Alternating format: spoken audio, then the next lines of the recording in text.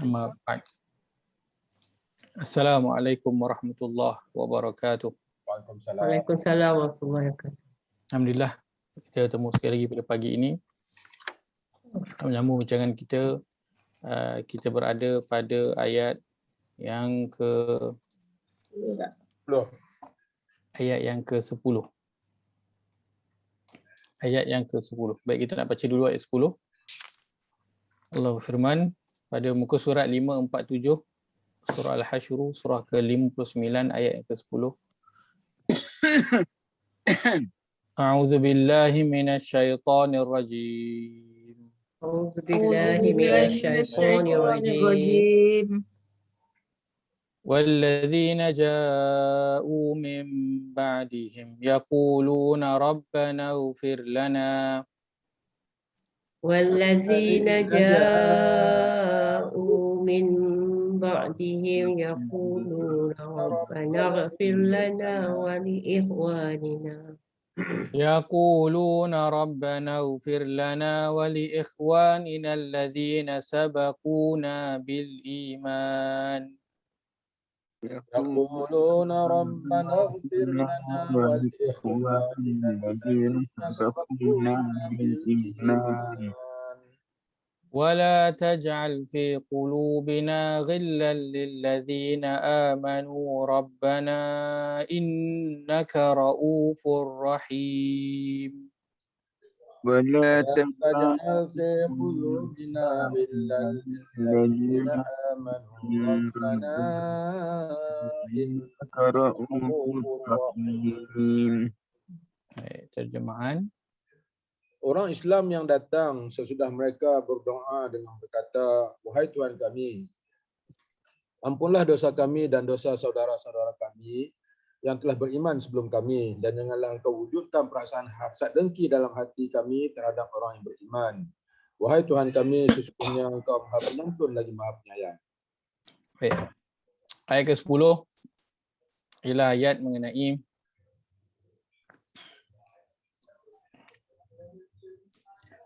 orang-orang yang datang, generasi yang datang selepas daripada Muhajirin dan juga Ansar.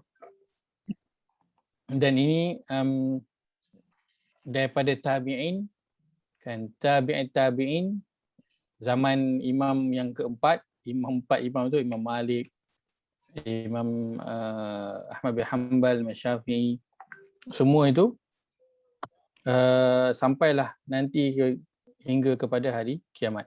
Itu yang dimaksudkan dengan ja'u min ba'dihim, mereka yang datang selepas daripada orang yang datang selepas daripada mereka. Dan itu datang selepas daripada Muhajirin dan juga Ansar. Apakah sifat mereka? Mereka Rabbana ighfir lana wa li ikhwanina alladhina sabaquna bil iman. Baik. Kalau kita lihat perkataan yaquluna,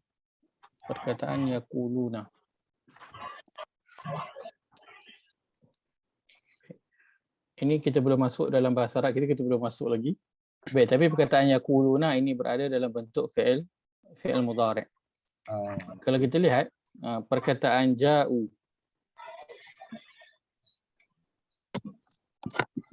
dan saya letakkan alif sukun kat situ. Baik. Ja'u di isim fi'il ataupun harf? Dia adalah fi'il. Fi'il apa? Fi'il madhi. Fi'il madhi. Tanda dia? Ada. Ja'u. 3 huruf tu kan? Ujungnya waw dan Waw alif di hujung. Itu dia. Waw alif. Akhir So kalau fi'il madhi tanda dia kat ujung. So tanda dia waw alif di akhir perkataan. Maka dia adalah dalam bentuk fi'il madhi. Baik. Kemudian yaquluna ini berada dalam bentuk fi'il mudhari'. Fi'il mudhari'. So jadi dia berubah daripada bentuk fi'il madhi, dia berubah kepada bentuk fi'il mudhari'. Maksudnya ada perubahan bentuk kan perkataan tersebut. Baik, untuk bentuk fi'il madhi, cerita tentang benda yang Kebanyakan cerita benda yang telah lepas. Kan, tapi dia ada nanti konteks dia yang tersendiri. Fi'il mudhari' secara umum dia cerita tentang perkara yang sedang berlaku dan akan berlaku. Maksudnya dia ceritakan mengenai perkara yang berterusan. Maka dapat kita fahami bahawa orang-orang yang datang selepas daripada para sahabat itu, mereka sentiasa berdoa. Mereka sentiasa berterus. Dengar ke Suhail? Dengar. Suara Ustaz tiba-tiba naik. Okey ni, okey. Stabil balik. Okey. Okey. Maka mereka sentiasa berterusan berdoa untuk orang-orang yang telah mendahului mereka. Baik, dan mereka doakan itu pula perkara yang paling utama sekali, iaitu apa? Rabbana firlana. Doakan untuk orang yang telah mendahului kita itu, mendoakan apa? Doakan keampunan. Kan, dan ini yang diajarkan oleh Nabi SAW. Kalau kita dalam solat jenazah kita doakan kepada alhamdulillah, kita doa kepada orang yang telah meninggal, apa kita doakan yang pertama sekali? Allahumma ighfir lahu, Allahumma ighfir laha, Allahumma ighfir lahum. Kan, bolehlah mana-mana kan, lahu ke laha ke, itu bergantung pada jenazah tersebut. Tapi ceritanya apa? Kita doakan yang pertama sekali ialah apa? Doakan keampunan dulu untuk mereka. Kan? Lepas tu juga Nabi SAW bila dengar kematian seorang sahabat, Nabi doa Allahumma ighfir li Abi Salamah. Nabi doakan keampunan dulu. Itu kenapa? Kerana ini yang paling utama sekali. Kalau Allah, sebab apa? Sebab kita tahu orang yang semuanya nanti mati bertemu dengan Allah SWT, dia itu kalau di Islam kita yakin mereka ini mestilah buat amal soleh, mesti mereka ni berusaha dalam kehidupan dia nak jadi orang yang baik. Mestilah solat, mestilah puasa, mestilah baca Quran, mesti nak buat benda yang baik. Kan, mestilah berkorban, masuk korban kan. Boleh nanti kalau siapa nak masuk boleh kontak Haji Yahya. Kan, boleh dia masuk korban juga. Dia nak buat perkara yang terbaik. Kita tahu, kita yakin setiap pada muslim begitu. Cuma pasti akan ada apa? Juga kesalahan, dosa ataupun maksiat yang mereka lakukan. Maka kita nak fokus pada bahagian itu. Sebab kalau kita nak doakan mereka ni boleh buat amal soleh, tak boleh sebab mereka dah mati. Yang kita boleh buat ialah doakan Allah ampun apa je kekurangan mereka, Allah ampunkan. Dan itu yang terbaik untuk mereka. Sebab nanti bila nak kena timbang, yang baik dan buruk kena timbang. So waktu tu kena lihat yang baik berat ke ataupun yang buruk yang berat. Maka bila kita doakan keampunan itu, maknanya kita nak doakan Allah ambil dia punya yang buruk tu biar bagi jadi ringan. So bila ringan buruk tu, maka yang berat itu kalaupun tak berapa berat, tapi sebab yang buruk tu dah jadi ringan, yang berat pun walaupun tak berat akan melebihi amalan yang buruk.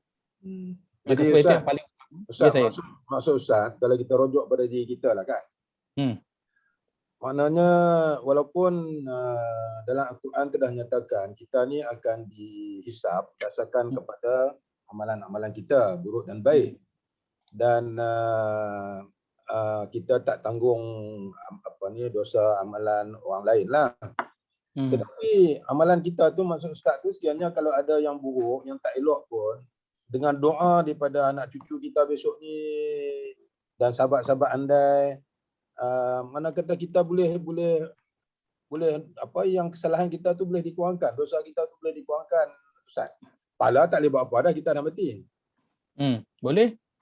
Allah, kita minta Allah ampunkan. So dengan rahmat Allah, Allah bagi keampunan tu, Allah makbulkan doa ahli keluarga kita, sahabat-sahabat kita, lalu Allah ampunkan kesalahan kita. Maksud dia yang amal buruk tu diringankan. So bila amal buruk tu diringankan atas sebab keampunan daripada Allah. Sebab bila kita buat dosa, kita kena buat apa sebenarnya? Bila buat dosa kena taubat lah. Taubat tu apa? Minta Allah ampunkan salah yang dah buat. Kan? So bila dia minta ampun daripada salah tu, dah Allah tolak tepi lah. Allah tolak tepi. Kan? Kita kena saman, kena buat apa? Kena pergi bayar, dah bayar, saman tu dia tolak tepi, dah tak kira dah lah saman tu. So buat dosa, minta ampun, Allah tolak tepi dosa tu setelah Allah ampunkan. Maka sebab kita dah mati, tak boleh nak buat apa, maka ahli keluarga kita, anak-anak kita memohon ampun untuk kita, maka Allah akan maafkan, ampunkan dosa kita. Di mana yang buruk-buruk tu semua Allah tolong ampunkan. So bila Allah ampunkan yang buruk tu, yang buruk jadi ringan, maka yang baik itu akan jadi berat. Maka yang paling utama untuk kita mohon untuk ahli keluarga kita ialah agar Allah mengampunkan mereka. Dan memang itu yang Allah suruh, dan memang itu yang Nabi SAW suruh dan juga buat.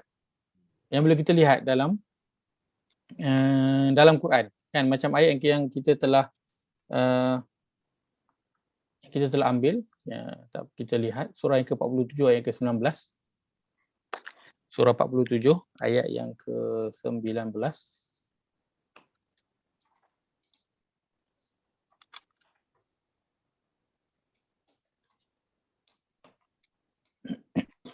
Surat 508. Muka surat 508.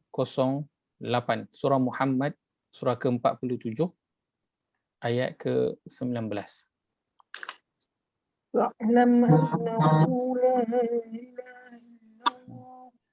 Baik. Allah berfirman, A'udzu billahi minasyaitonir rajim. A'udzu billahi minasyaitonir rajim.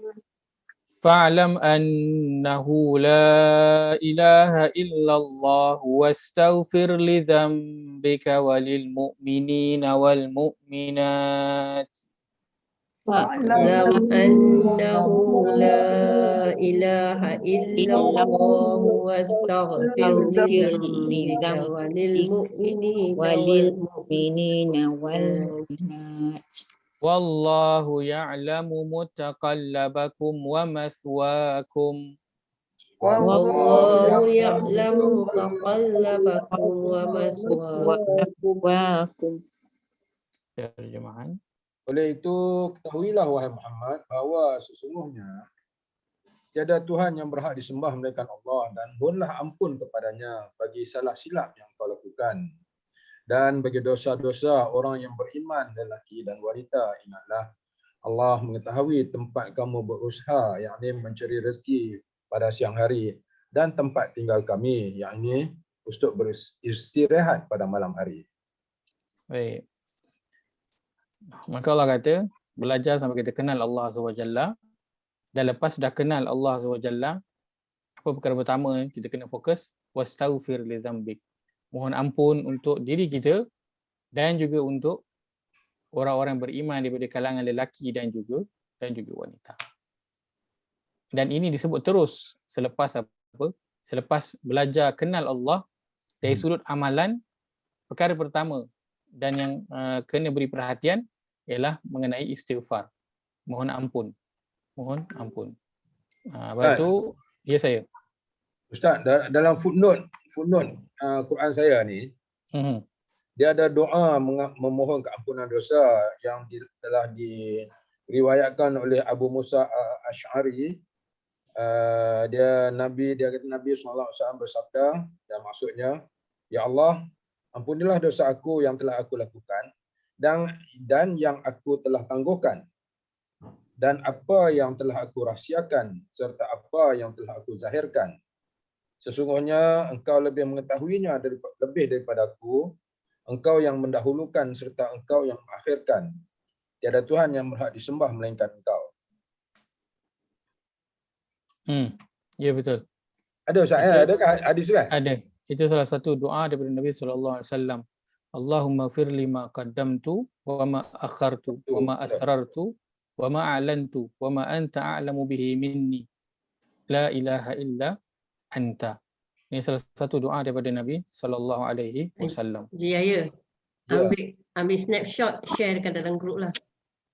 Boleh. Nanti saya akan sharekan. Nanti saya share teks Arab dia. Ustaz, Ustaz.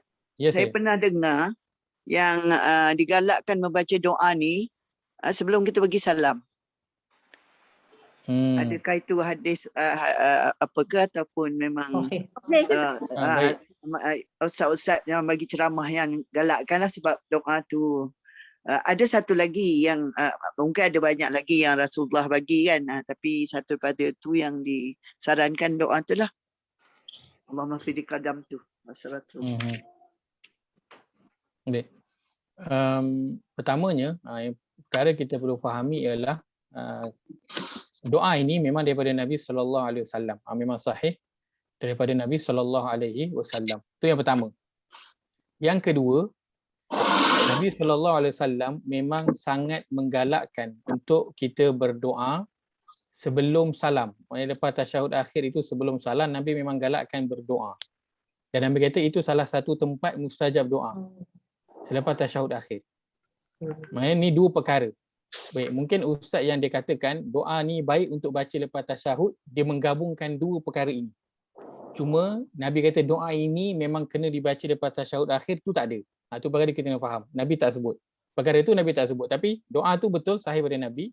Dan memang kena baca doa banyak lepas tasyahud akhir, memang tu dua juga betul daripada Nabi.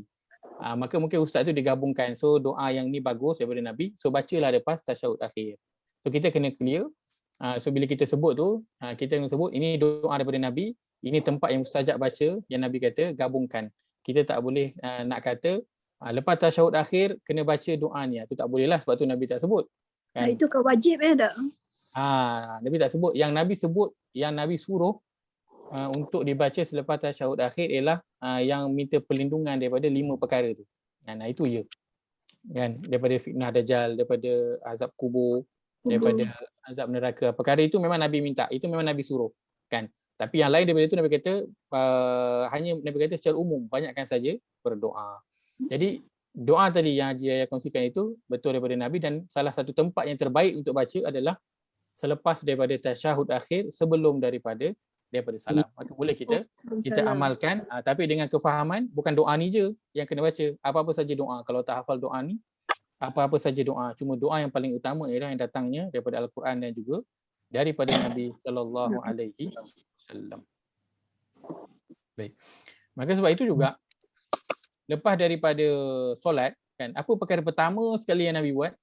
Nabi bagi salam, assalamualaikum warahmatullahi, assalamualaikum warahmatullahi. Apa Nabi buat pertama sekali Nabi akan baca?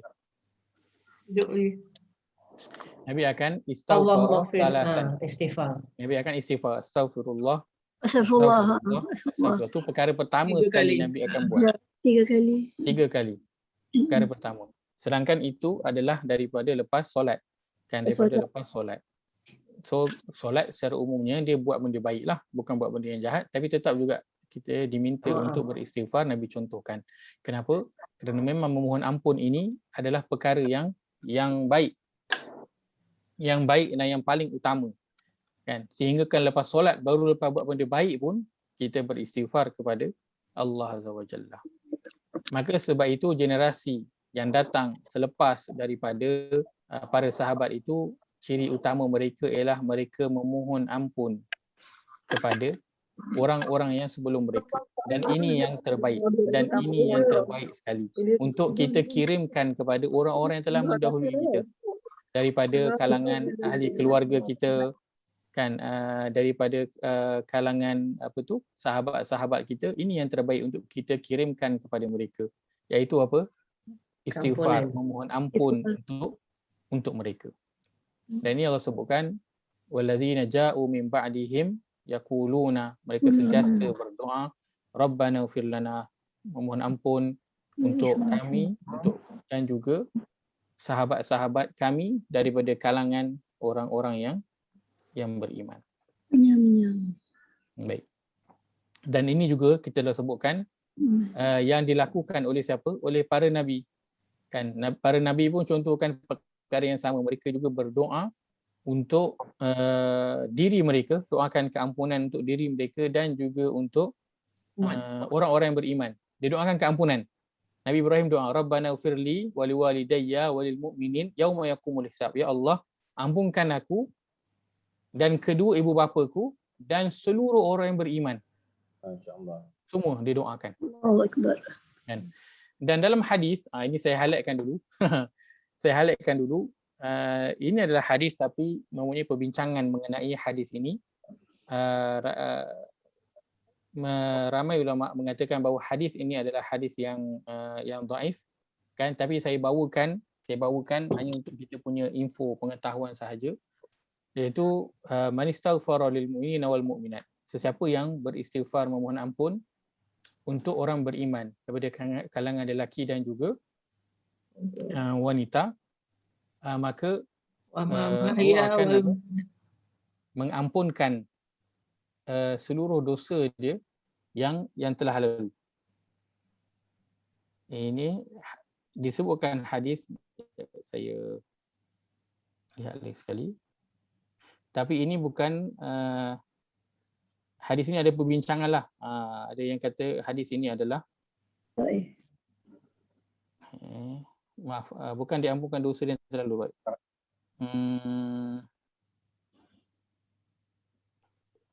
Baik, hadis ini tarafnya adalah dhaif. Tarafnya adalah dhaif. Cuma saya bawakan, iaitu barang siapa yang mohon ampun bagi orang mukmin lelaki dan kalangan lelaki dan juga wanita, maka Allah akan menulis baginya setiap daripada mukmin dan mukminat itu satu kebaikan. Maknanya kalau kita mohon ampun untuk 1000 orang beriman, maka Allah akan tulis 1000 kebaikan. Untuk Tapi mereka kalau- lah, Ustaz. Untuk orang yang kita minta ampun je lah. Tak, Untuk untuk orang kita. yang Untuk orang yang berdoa tu. mendoa tu. Yang mendoakan. Berdoa kan.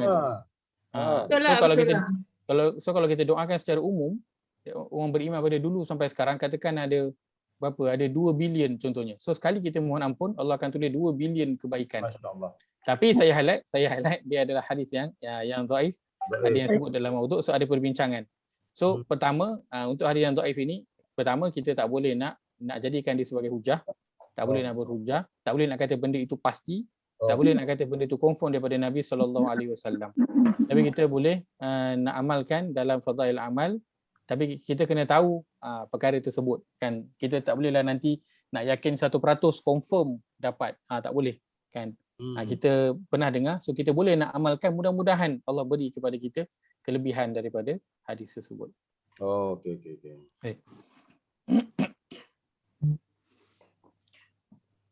Baik. Yaquluna rabbana ighfir lana wa li ikhwanina, ya Allah ampunkanlah dosa kami dan juga dosa saudara-saudara kami allazina sabaquna bil iman, yang telah mendahului kami dalam beriman. Keimanan. Maka kita dengan orang yang lain diikat dengan iman. Kita dengan orang yang lain diikat dengan iman. Al-muslim akhul muslim. Seorang muslim itu adalah saudara kepada muslim yang lain. Ya. Maka kita ini diikat atas dasar iman. Sama dengan kita. Maka ini adalah ikatan yang paling mulia sekali. Tidak ada ikatan yang lebih mulia daripada ikatan iman. Kenapa? Kerana ikatan iman ini membawa hingga ke akhirat. Membawa hingga ke akhirat. Bukan saja di dunia. Kan?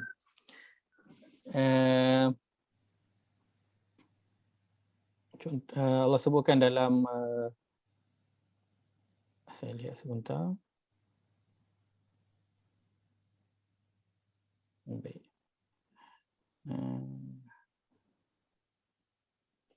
Baik. Kita lihat pada surah Al-Muddathir.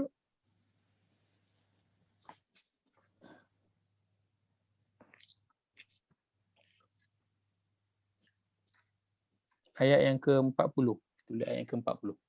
Page berapa? Sebentar. Sudah ke berapa? Muka surat 576. 576. Muka surat 576.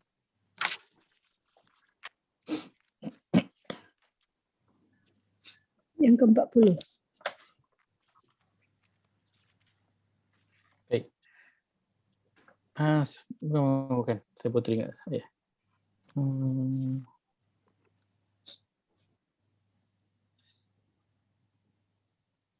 Fi ahdina musyfiqin.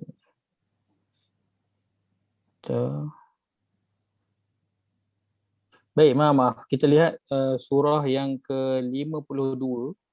52. Ayat yang ke 20, ayat ke-25 hingga ayat 28. Muka surat 524. Baik, kita lihat muka surat 524, surah At-Tur. Muka surat 5, 2, 4. 2, 2, 4.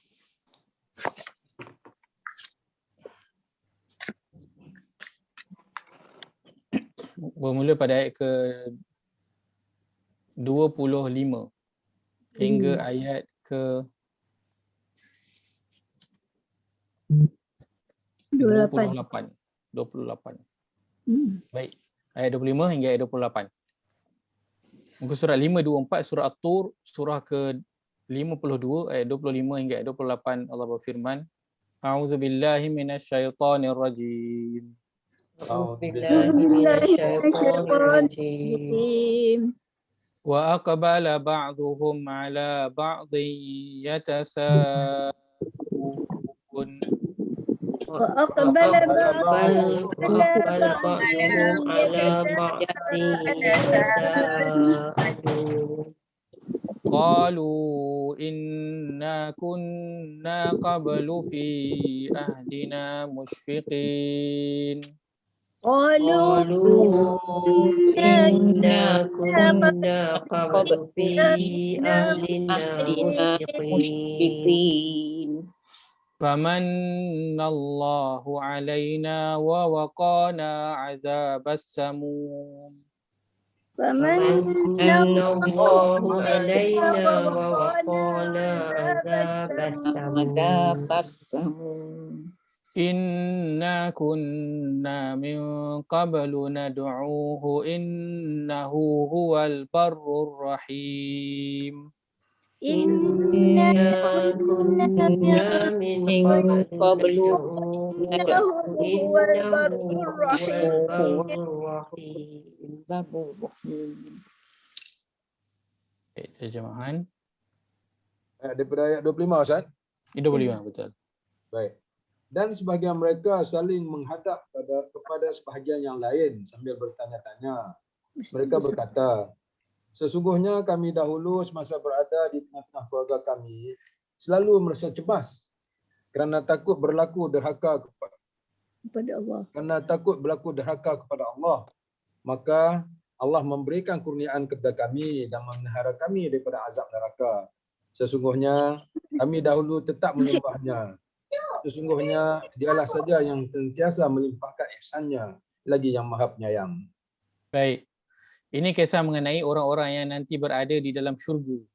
Ayat 25 tu dia kata wa aqbala ba'dhum ala ba'din yatasaalun. Dan mereka duduk berhadap-hadapan satu sama lain. Nak beritahu apa? Nanti kita bukan saja dengan ahli keluarga kita, dengan zuriat keturunan kita sama-sama masuk syurga, tapi nanti ada scene Allah bawakan kita nanti duk lepak balik dengan kengkawan kita. Dengan kengkawan kita daripada kalangan apa? Daripada kalangan orang-orang yang beriman. Maka sebab itu penting ikatan iman antara dua orang. Sangat penting. Kerana orang yang dia bersahabat atas ikatan iman ini nanti dia akan bawa sampai ke akhirat. Akan ke akhirat. Kan? Sampai ke syurga. Kan? Sebelum masuk syurga sampai ke akhirat dia akan bawa. Sebelum dia nak masuk syurga tu dia dah ingat dah kawan dia. Mana kawan dia yang dulu sama-sama dengan dia dah cari dah. Sebelum masuk syurga. Dia dah cari dah. Sebelum masuk syurga. Bila masuk syurga yang nanti dia akan bertanya adalah mengenai orang-orang yang masuk dalam neraka. Dan kenapa kau masuk dalam neraka? Dan dia akan tanya. Tapi sebelum dia masuk syurga, dia dah tanya dah, mana dulu kawan kita dulu yang sekali lepak dengan kita tu, yang sama-sama ngaji, kan, sama-sama masuk belajar Quran, sama-sama pergi masjid. Dia akan tanya sebelum masuk dalam syurga. Sebab apa? Dia nak ajak sekali masuk dalam syurga sama-sama. Masya-Allah. Maka sebab itu ikatan iman antara dua orang sahabat adalah sangat-sangat penting. Maka persahabatan yang didasarkan dengan iman itu adalah persahabatan yang paling baik sekali di atas muka bumi. Kerana inilah sebenar-benar persahabatan. Kawan mungkin waktu senang ada, waktu susah tak ada. Mungkin juga kawan kita tu waktu kita susah, dia ada juga. Dan itu seorang sahabat yang sangat baik. Tapi sahabat yang lebih baik daripada itu ialah dia nanti sama-sama dengan kita, bantu kita waktu kita susah nanti di akhirat. Oh, itu sahabat yang paling baik sekali. Dia bukan bersama-sama sahaja dengan kita di dunia, tapi dekat akhirat pun nanti dia sama-sama dengan kita. Nak melintas dengan sirat itu. Ketika melintas sirat itu dia akan bersama-sama. Kalau kita jatuh, dia tolong tarik. Kalau dia jatuh, kita tolong tarik. Kemudian sama-sama duduk dalam syurga, duduk depan-depan sambil bersembang-sembang tentang dulu dekat dunia, susahnya kita dulu kat dunia pergi masjid. Susah, penat 5 waktu nak pergi solat kat masjid, duduk dengar kuliah, kan penat nak tahan ngantuk, kan naik daripada pagi sampai ke petang belajar online, naik ke matu duduk atas kursi tu. Kan Hajar Nuriah? Dari pagi sampai ke petang naik ke matu, duduk. Penat. Ya, tapi itulah nanti perkara yang akan kita sembangkan nanti dengan sahabat-sahabat kita di akhirat. Kan? Mengenai apa yang telah kita lakukan ketika di dunia. Maka persahabatan, ikatan iman, allazina sabaquna bil iman, itu adalah orang telah mendahului kami daripada ibu bapa, atuk nenek, ahli keluarga, anak-anak. Iman, ikatannya itu dengan iman. Maka kita kalau sayang ahli keluarga kita, anak-anak kita, kita ikat mereka dengan iman. Baru nanti sama-sama berjumpa di sana. Kita sayang kawan-kawan kita, kita ikat mereka dengan iman. Maksudnya apa? Macam mana ikat mereka dengan iman? Ajak mereka buat baik. Itu je. Ajak mereka buat baik. Selesai. Mudah-mudahan dengan dia buat baik itu, itulah tanda iman dia. Tanda iman. Dan bila dia beriman, kita pun beriman, itulah ikatan antara kita berdua. Nanti akan Allah sekalikan nanti bersama-sama jumpa balik, duduk bersama-sembang dekat syurga. Dah waktu tu dah senang dah nak lepak. Sekarang kalau nak lepak tak boleh lepak. Kalau dulu waktu sebelum COVID pun lepak pun ada limit dia. Kan? Lepak waktu solat kena berhenti. Kan? Waktu malam dah lewat kan kena balik. Kan? Ada limit dia. Tapi lepak dekat syurga, lepaklah. Tak adalah orang rumah telefon ke kan, balik, pukul apa nak balik bang, dah malam dah ni kan. Pesan roti canai nak kena buat balik cepat kan. Kita nak lepak kat mamak, hari nak lepak mamak tu lah dia order makanan. Hari lain dia tak nak order. Hari lepak tu dia order. Kan nak mi goreng mamak lah, teringin capati lah, hari tu yang dia. Ada So, Ustaz. balik. Dia nak check je tu. Itu dia. Kan, so ada limit, tak boleh nak duduk lama-lama. Kan, tapi kat syurga nanti dengan kawan-kawan kita boleh duduk. Sikit punya lama, berapa lama nak duduk pun duduklah. Tak kisah. Tapi usahakan dulu ketika di dunia, apa dia? Ikatan dia adalah iman. Allazina sabaquna bil iman. Orang yang telah mendahului kami dengan dalam beriman. Baik. Wala taj'al fi qulubina ghillan. Dan janganlah ya Allah kau jadikan dalam diri kami ini perasaan hasad dengki. Hasad dengki. Baik. Pertamanya kita yang keempat,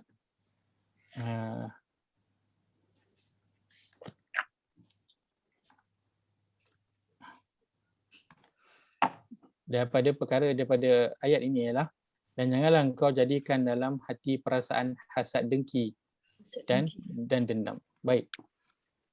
Maka orang yang beriman dia kena menjauhi sifat hasad dengki. Nabi SAW sabda, iyyakum wal hasad. Hendaklah kamu berhati-hati menjauhi sifat hasad dengki. Fa innal hasada ya'kulul hasanat kama ta'kulun narul hatab. Kerana sifat hasad dengki itu menghapuskan kebaikan. Dia memakan ya'kulul hasanat. Akala ya'kulu, kan makan. Kerana hasad itu dia memakan kebaikan. Sebagaimana api memakan kayu. Sebagaimana api memakan kayu. Begitulah hasad dengki itu memakan kebaikan. Dan kita nak buat kebaikan bukannya mudah, kan? Bukan mudah nak buat baik. Kan hatta nak berzikir waktu duduk sahaja pun kan kadang-kadang buat, kadang tak buat juga. Buat pun berat. Nak habiskan pagi tu kan baca subhanallah bihamdih 100 kali. Oi, bercinta nak habiskan baca 100 kali tu. Tapi akhirnya apa? Dimakan, senang-senang je makan. Kita keluar pergi kerja pagi petang cari duit, beli makan, bawa balik rumah, orang lain yang makan. Tak sempat nak jamah pun, orang lain dia makan. Kan penat kita keluar. Duduk kat dapur kan, berpeluh-peluh masak. Kan. Hidang atas meja habis settle makan. Tak tinggal sikit pun untuk kita. Sedih kan, penat je. Okay, itulah yang dilakukan oleh hasad. Dia makan semua kebaikan yang telah kita lakukan penat-penat kita buat tu, dia makan. Maka tak ada apalah yang kita dapat kerana telah dimakan oleh hasad. Juga dalam hadis Nabi SAW ingatkan, wala tahasadu, janganlah kamu saling dengki-mendengki. Wala tanajasu, jangan kamu saling menipu. Wala tabaghadu, jangan kamu saling marah. Wala tadabaru, jangan saling memutuskan hubungan. Wala bai'a ba'dukum ala bai'i ba'din, dan janganlah kamu menjual sesuatu yang telah dijual kepada orang lain. Wa kunu ibadallahi ikhwana. Jadilah, ini adalah hadis. Adalah hadis Nabi SAW. Wala tabaradu tu, rasa saya ada ayat dia dulu masa sekolah belajar Al-Quran, hafal ayat tu. Mungkin ada ayat macam ni. Wala tajassasu ada. Wala tabaradu, yang janganlah kamu membelakangi apa semua tu. Oh. Ayat tu banyak je ada perkataan yang Ustaz gunakan tadi. Wala tabaghadu wala tadabaru. Dalam hadis Nabi SAW. Hadis riwayat Muslim.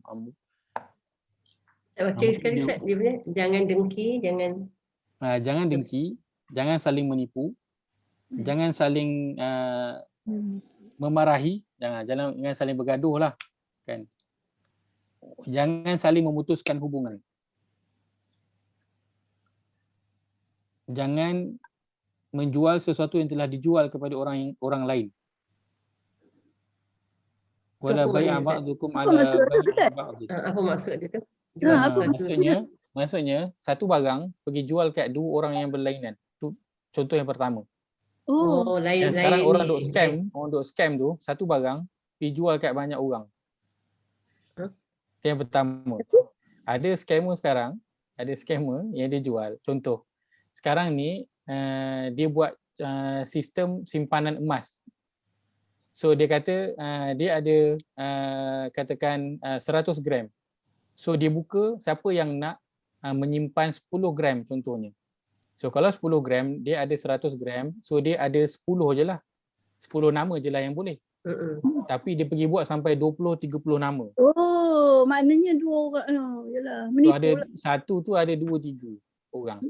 So nanti bila semua nak claim dia punya emas tu, dah tak ada dah lah.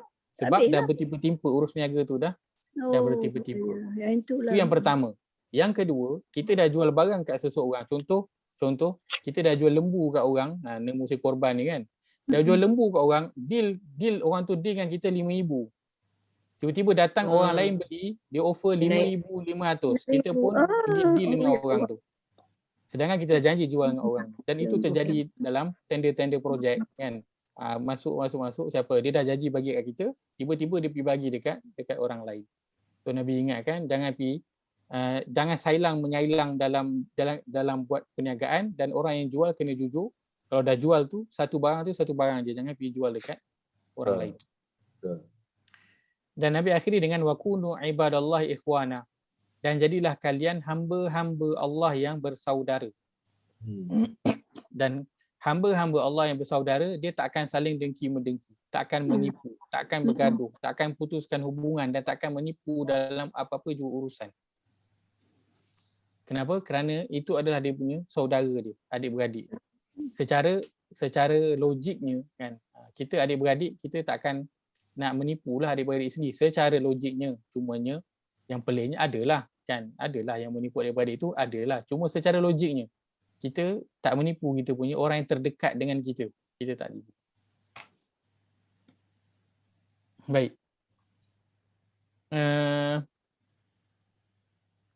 Yang dalam ayat ini meminta agar Allah jauhkan perasaan hasad, dengki dan juga dendam dalam diri dia. Kenapa? Kerana orang beriman itu yang perlu mereka lakukan ialah berkasih sayang.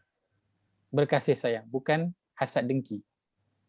Kita sesama Muslim, orang beriman yang lain, kita kena berkasih sayang, bukan saling berhasad dengki. Baik.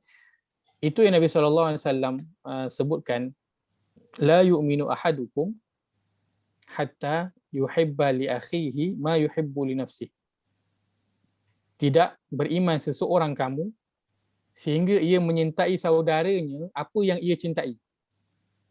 tidak beriman seseorang kamu sehingga ia menyintai saudaranya apa yang ia cintai.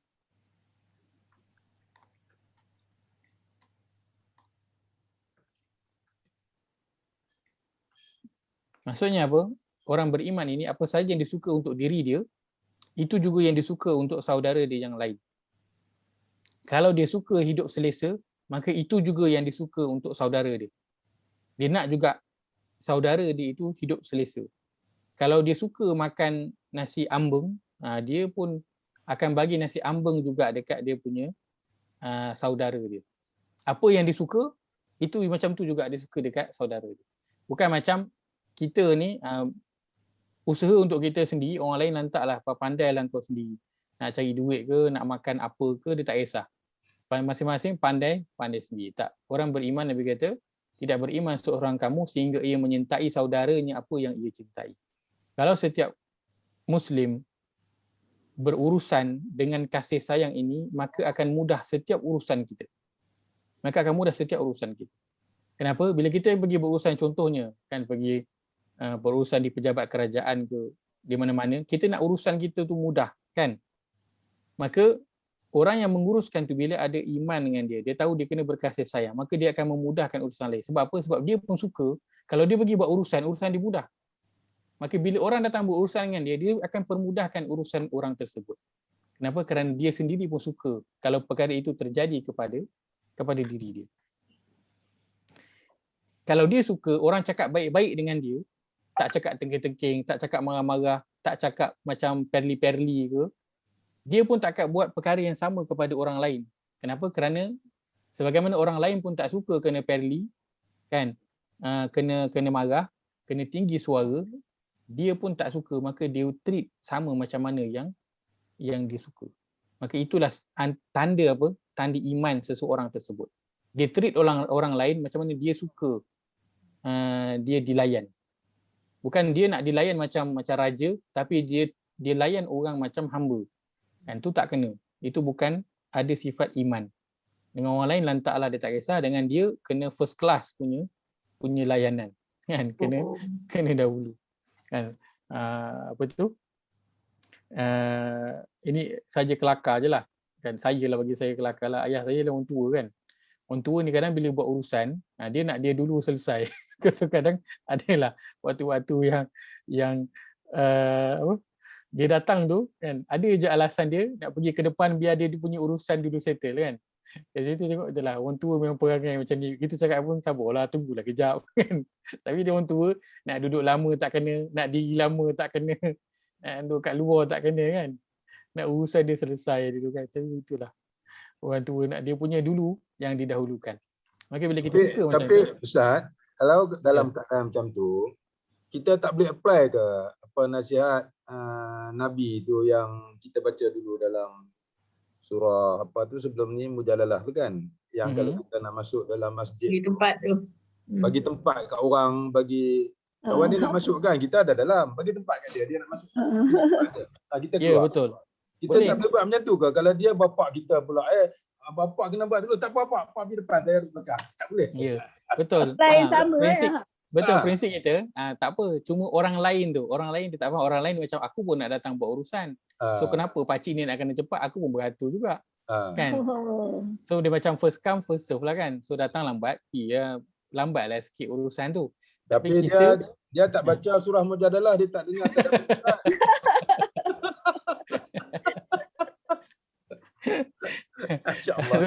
So kita yang nak pergi buat urusan, kita punya urusan kita kena tahu kan, kita sampai lewatlah kan. So kita kena ikut peraturan. Cuma orang yang kita berurusan itu, jika dia ada kefahaman, dia akan tahu sebagaimana dia suka apa, orang tua dia boleh faham ni orang tua nak kena dahulukan, maka dia akan macam itulah. Macam surah Mujadalah, kefahaman surah Mujadalah dah ada, dia dahulukan orang lain daripada dia. Sebab apa? Sebab ada kefahaman. So bila ada kefahaman tentang Al-Quran, akan ada iman. So bila ada iman itu, akan mudah dia nak berurusan. Dia akan treat orang lain macam mana dia suka untuk di-treat sebegitu. Baik. Baik, maka yang diajarkan oleh Islam adalah berkasih sayang, bukannya saling berdengki. Maka sebab itu Tapi perkara ini, soal hasad dengki ini adalah satu perkara yang mencabar sebenarnya. Kadang kita tak berniat, kadang bila kita tengok tu dia perasaan tu dia macam datang sendiri. Kan macam, hush, dia ni dapat pula ada pula dia duit nak beli kereta baru kan. Padahal dia ni aku tengok pergi solat tak apa-apa solat, baca Quran tak baca Quran kan. Tapi ada je duit beli kereta baru. Orang tengah Covid ni dia duk renovate rumah besar kan. Mana dapat kan. Sedaplah dia. Perasaan tu kadang dia datang sendiri. Kadang kita bukan niat, keluar sendiri. Maka sebab itu orang beriman, benda ni akan datang. Tapi apa yang dia lakukan, dia sentiasa berdoa kepada Allah agar Allah tutup hasad dengki tu, perasaan tu daripada diri dia. Perasaan tu.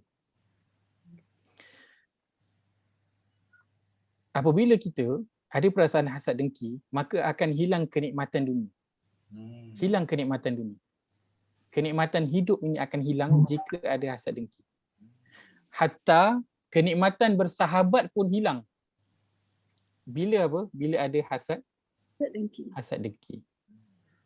Baik, sebab itu kalau kita lihat apabila orang-orang yang beriman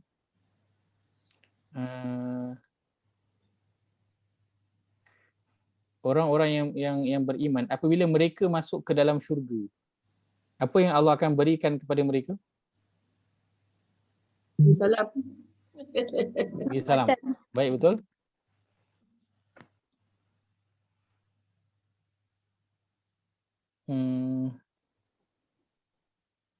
Bagi macam-macam nikmat lah, bidadari apa semua. Hamparan. Kita lihat surah yang ke-15 ayat ke-47. 15 muka surah berapa? Surah 15.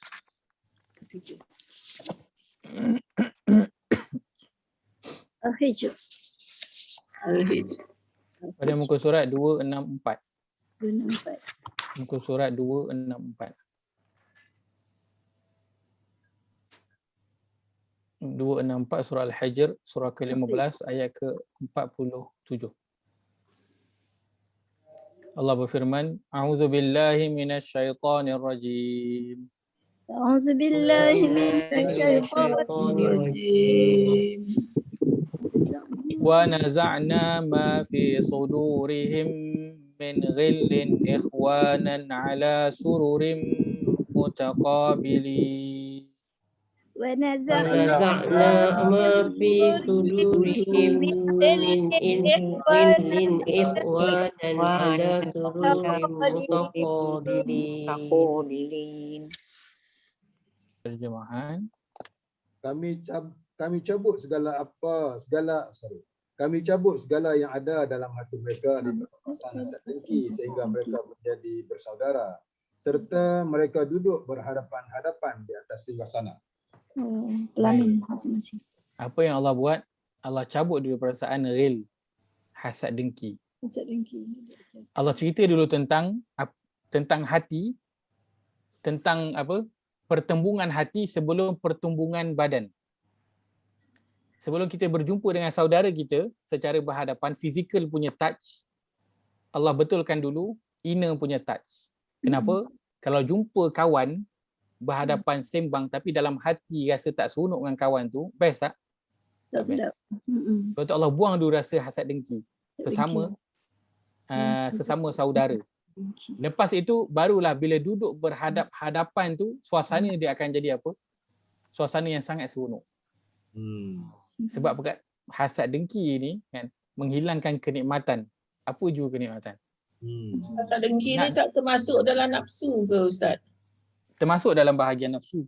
Nafsu pun dia cabut kan? Nafsu pun dia cabut. Sebab tu Allah nak highlightkan perkara ini. Ghilin secara khusus. So, bila Allah sebut ghil, kalau Allah sebut dan kami cabut pada hati mereka itu hawa nafsu. Kan? Mungkin juga dia masuk dalam tu juga perasaan hasad dengki. Tapi Allah tak sebut, Allah sebut ghil. Kenapa? Kerana Allah bagi tahu perasaan hasad dengki ni memang ada pada diri manusia itu. Macam dah memang asalnya memang dah ada dah kat situ. Memang ada setiap pada kita, tak boleh nak lari. Tinggi mana pun iman, tinggi mana pun ilmu, tak boleh lari daripada perasaan hasad dengki. Memang ada. Dan perasaan ini boleh memusnahkan hubungan. Walaupun sesama sesama orang Islam, walaupun dua-dua ni contohnya, dua-dua ni ustaz contohnya, ada ilmu, tapi tetap bila ada real hasad dengki tu tak jadi apa. Sebab itu Allah fokus pada bersihkan dulu hati sebelum pergi jumpa dulu dengan kawan. Sebab kalau pergi jumpa dengan kawan dalam keadaan hati tu ada rasa dengki, maka mata tu akan sentiasa sakit je tengok apa yang kawan dia buat, apa yang kawan dia cakap, apa yang kawan dia ada. Kadang kawan tu cakap tak masukkan kita, tapi sebab ada hasad dengki, rasa dia ni family aku ke? Family aku ke? Kan? Tengok kawan tu ada sesuatu, kita akan rasa hasad dengki. Kan, kenapa aku ni sakit, dia elok sihat. Kenapa dia elok je ada kerja, ada duit, aku tak ada. Tengok dia makan, sedap je dia makan, mewah. Aku ni nak makan, nak beli mewah, duit tak berapa nak ada. Kan, dia tu makan elok, aku ni nak makan kena jaga, ada gout, kan, ada kecemani. Kan, ada real tu tak ada. So bila ada real tu, jumpa orang memang tak sedap. Hilang semua nikmat hidup. Nikmat hidup hilang. Sebab apa? Kita pandang dengan pandangan yang hasad dengki. Negatif. Negatif. Tapi ada real yang positif, Ustaz. Baik. Macam saya cemburu kat Noria. Dia buat hafazan. Tapi bukan hasad dengki. Ya. Semua nak itu keinginan. Nak sama macam dia. Nak sama macam dia. Itu bahagian kita akan sentuh kejap lagi. Kita akan sentuh. So, kita nak cerita secara umum, hasad dengki dia menghilangkan nikmat kehidupan. Tu masuk yang apa tu tadi, tidak ikatan iman tu kan. Dua orang kerana iman pasal apa? Kadang kita berselisih Tidak beriman kawan seseorang kamu sehingga ia mencintai saudaranya seperti dirinya sendiri. Ya, betul. Masuk situ kot. Tak, Betul. yang mengajak kebaikan tu. Mengajak kebaikan. Kalau kita tak kisah, kalau kita sayang saudara kita macam mana kita pun suka, maka bila dia dapat nikmat, kita rasa seronok. Sebab apa? Sebab kalau kita pun dapat, kita akan seronok. So bila dia dapat, kita seronok untuk dia. Tak ada perasaan real tu. Hasad dengki tu tak ada dalam diri. Dan memang perkara ini kita kena doa banyak-banyak, minta dekat Allah, Allah tutup. Kalau tak, memang hilang kenikmatan hidup. Kenapa? Kerana kita akan sibuk pandang apa yang orang lain ada. So Dan real ni memang ini memang negatif lah, Ustaz. Negatif saja. Negatif. Halo, Ustaz. Ya. Saya nak tanya perkataan nazak. Nazak na ni Bukan nuzana. Sama macam nazak nak mati tu Ustaz. Perkataan dia. Perkataan nazak. Betul lah. Kata nazak ikut ejaan Melayu N-A-Z-A-K. Sedang kat sini Ain. Is it the same makna ke? Sama perkataan ke lain? Sama. Kalau nazak bahasa kita macam nyawa-nyawa ikan lah, lebih kurang kan. Ujung nyawa. Tapi kalau nazak dalam bahasa ini dia cabut. Mungkin orang yang nazak tu mungkin dia hampir-hampir nak kena cabut nyawa. Kalau kita fahami begitu, bolehlah, samalah. Tapi nazak ni dia lebih kepada dia mencabut. Yalah, dia cabut nyawa tu kan kita nazak jadinya. So kalau orang nazak tu sebab nyawa kita hampir tercabut. sebab saya tanya sebab kalau kita eja Melayu kita eja N-A-Z-A-K. Yang sebenarnya dia Ain bukan kaf kan Ustaz kan? Ya, betul. Nazak. Tapi dia tengok pada ejaan ni. Ejaan kalau ikut Dewan Bahasa dan Pustaka, Dewan Bahasa dan Pustaka dia guna K. Nazak. Dalam Dewan Bahasa dan Pustaka dengan Rumi kalau kaf dia tak ada prosofi yang atas tu. Saya selalu guna prosofi atas tu. Tapi lepas duk tengok, bila kita buat terjemahan, kita kena ikut Dewan Bahasa dan Pustaka kan. So Dewan Bahasa dan Pustaka, prosofi untuk Ain tak ada, dia orang guna K. Nazak. Dia orang guna K. Menghilangkan. Wa naza'na. So dia mencabut. Lebih pada mencabut maknanya semua. Sebab kalau kita dia nak membayangkan mencabut tu maksudnya dia cabut semua sekali, tak tinggal semua. Akar kecil-kecil semua tak tinggal. Semua sekali cabut. Tak ada tinggal saki-baki. So itu naza'a. Dia cabut semua. Sampai akar yang dalam semua habis. Keluar. Baik. Maka orang yang beriman nak menikmati iman, tak boleh ada hasad dengki dalam diri dia kerana akan hilang semua nikmat kehidupan dari segala segi.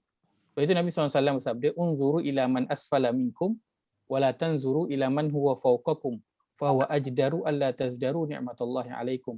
Nabi kata, pandanglah orang yang lebih rendah daripada kamu. Dan jangan kamu pandang orang yang lebih tinggi daripada kamu. Itu lebih tepat agar kamu tidak meremehkan nikmat Allah ke atas kamu.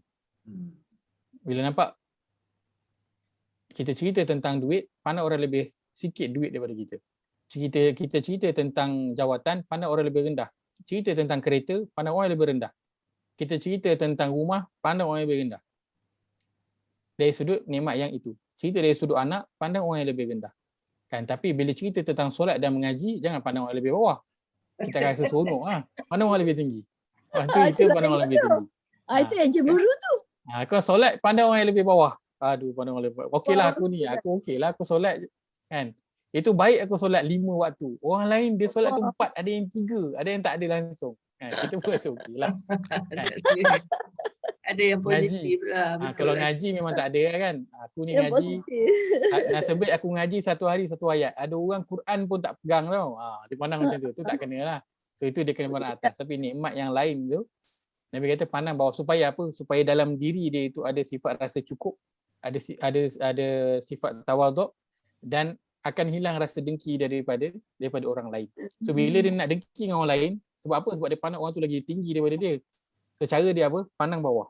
Pandang bawah. Pandang ke bawah. Baik. Maka yang kita diajarkan ialah saling berkasih sayang sesama orang beriman, dan kita nak memohon agar ghil ini dicabut kerana perasaan hasad dengki ini boleh memusnahkan sehingga boleh memusnahkan bukan sahaja keluarga, boleh memusnahkan masyarakat komuniti, boleh memusnahkan syarikat, boleh memusnahkan negara. Ya, betul. Hatta negara boleh musnah kerana perasaan hasad dengki ini. Sangat bahaya. Bahaya. Baik. Maka kita secara umumnya kena jauhi hasad dengki dan kena sentiasa berdoa agar Allah tarik daripada kita sifat hasad dengki. Baik. Tetapi ada satu bahagian yang boleh hasad dengki. Kan? Tetapi boleh hasad dengki jika mahu.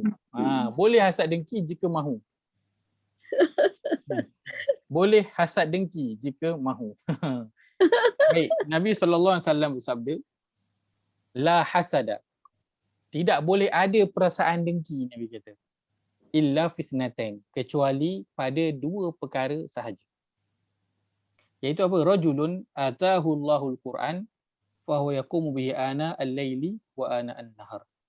Itu pertama, dengki terhadap seseorang yang dikurniakan oleh Allah ilmu tentang Al-Quran dan dia mendirikannya, yaqumu bihi, mendirikannya. Maksudnya apa? Umum, dia baca, dia sentiasa baca Quran, dia sentiasa belajar Quran dan dia sentiasa mengajar Al-Quran dan dia sentiasa mengamalkan Al-Quran itu sepanjang malam dan siang. Maksud dia setiap masa, tak kira masa. Itu yang pertama. Yang kedua, warajulun atahu Allahu malan fa huwa yunfiquhu ana al-laili wa ana an-nahar. Yang kedua, dengki terhadap seseorang yang dikurniakan harta dan dia menginfakkannya ke jalan Allah SWT sepanjang malam dan juga siang. Dan hadis ini diriwayatkan oleh Bukhari dan juga Muslim. Maksud dia, kalau nak dengki boleh, tapi pada 2 perkara ini. Dengki pada orang yang dia banyak buat kebaikan. Dengki pada orang yang banyak buat kebaikan. Macam tadi Zainul kan, nak dengki pada Januriah sebab kelas dia penuh. Kan, dengki kelas dia penuh. Dengki tak boleh ikut dia. So bila dengki kelas Januriah penuh, maka yang kita kena lakukan, aku pun kena penuhkan masa aku dengan belajar. Jangan kita dengki macam, ya Allah kau bagilah line internet Januriah tak stabil. Tak Dia boleh. tak dapat masuk kelas. Itu tak boleh lah. itu tak kena lah. Kan, aku bagi biarlah internet biar kelas semua dia tak dapat masuk. Itu tak kena. So dengki, boleh dengki. Dengki apa? Dia supaya dia memberi motivasi kepada kita untuk juga sama-sama beramal. Sebab dalam nak beramal, nak buat baik ini, yang digalakkan ialah kita berada dalam circle yang membantu. Circle yang positif. Yang akan membantu kita. Betul Allah sebut wal asr innal insana lafi khusr illa allazina amanu wa amilus solihat tawasaw bil haqq tawasaw bil sabr. Oh, dia sebab dah belajar, saya boleh tanyalah. Dah belajar, saya buka. Surah yang ke-103. Assalamualaikum Ustaz. Lambat sikit. Assalamualaikum warahmatullahi. Dah tengah hari. Oh, siapa ni? Rusia. Oh, Ah, Dia tak perasan ada kelas kot. Ke banyak kelas lain. Dia lagi banyak kelas tu. dia banyak kelas ni. tak ada. Ini Banyak bateri kelas lain. charge Kita doakan, kita pun sama. Kita tak doakan internet rosak.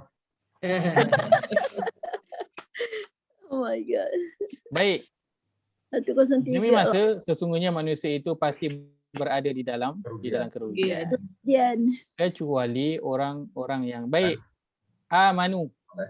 Orang Isim yang fi'il beriman. ataupun harf. Amanu. L. Oh. Oh, Fail. ini. Fail. Fi'il. Fi'il apa? Mati.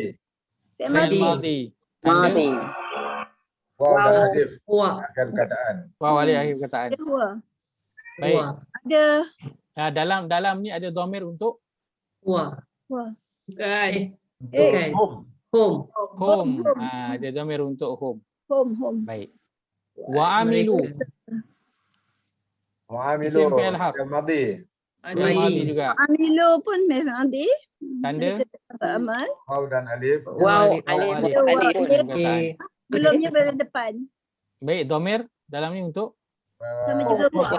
Wah. untuk home juga. Home. Home. Wa tawasau. As-salihah. Waw. Watawasau ni pun fi'il. Apa? Bukan. Isim fi'il harf. Ini fi'il. Fi'il. Fi'il. Fi'il apa? Madi. Jadi Madhi. Fi'il madi. Tanda Home. Alif. baik. Home. Alif. Home. Sama. Tawasau yang kedua sama. Mereka telah saling. Sama. Home juga. Watawasau pun sama. Baik. Soalan saya. Home. Home ni merujuk kepada satu, dua ataupun ramai? Ramai. Mereka. Baik, Mereka. mereka ramai. Maka Allah kata, demi masa sesungguhnya manusia pasti berada dalam kerugian kecuali orang-orang yang beriman. Beramal. Mereka bersama-sama beramai-ramai saling dalam circle yang sama menguatkan iman. Wa amilus solihat, dan mereka bersama-sama beramai-ramai dalam circle beramal soleh. Kebajikan. Wa tawasau bil haqqi wa tawasau bis sabr, dan mereka bersama-sama Nasihat. saling berpesan-pesan untuk Pesan-pesan. kebenaran Kebenaran. dan juga Dan kesabaran. sabar. Dan kesabaran. Dengan Kena kesabaran. berada dalam Teka. circle untuk menguatkan iman dan juga untuk beramal soleh. itulah Jadi yang letakkan dalam bentuk ramai, hum. Digunakan fi'il hum. Sebab apa? Sebab kadang kalau seorang-seorang boleh, tapi kita nak kekalkan momentum tu susah. Boleh seorang-seorang, nak kekal momentum tu susah. So bila ramai kita macam sikitlah kan nak masuk kelas. Ni kan kalau tak masuk kelas kan Ajar Nuriah tanya, Maju. ya tanya, masuklah. Kan, Kan. masuklah. So apa? Kawan ramai tanya. Kan tanya tak masuk, segan masuk. Kan lepas tu kadang bila tak masuk rasa macam rugilah. Diorang semua masuk, kawan-kawan aku masuk, aku tak masuk. So masuk. So perlu duduk dalam circle yang Teka. baik itu untuk baik. nak menjaga iman. Nak stay positif, kena duduk dalam circle yang positif lah. Ya. Kita nak positif, pergi duduk circle yang negatif, memang tak jadi apa lah. Memang kita jadi kena negatif. sesuaikan diri kita dalam apa yang kita nak. So bila kita nakkan iman itu, kita nakkan iman, maka kita kena duduk dalam circle yang iman.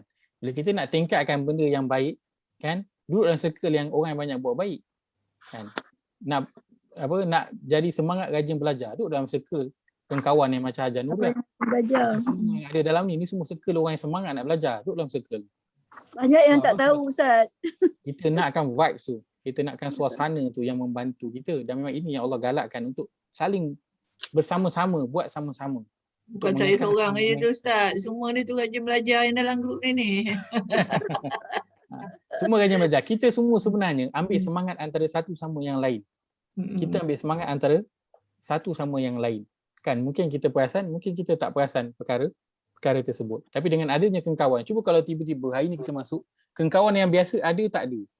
Kita akan rasa macam, alamak hari ni tak ada lah, hari ni tak ada. Kan rasa tu sikit lah. Tapi bila semua ada, dia rasa semangat sikit, dia akan rasa Orang seronok. tak ada link. Orang tak ada. Lupa So Nuria. kita akan rasa seronok. Itu. Maka kita nak hasad dengki, boleh hasad dengki tapi pada perkara yang positif. Baik.